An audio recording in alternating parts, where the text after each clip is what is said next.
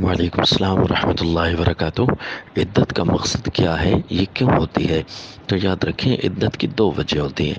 ایک عدت وفات، یعنی فوت شدہ کے بعد جو عدت ہوتی ہے تو اسے سوگ کی عدت کہتے ہیں۔ جس طرح عامۃ المسلمین 3 دن سوگ کرتے ہیں، لیکن بیوی کے لیے 4 ماہ 10 دن سوگ کی عدت ہے، وہ سوگ کے ایام گزارے گی، تو اس کی وجہ سوگ ہوئی۔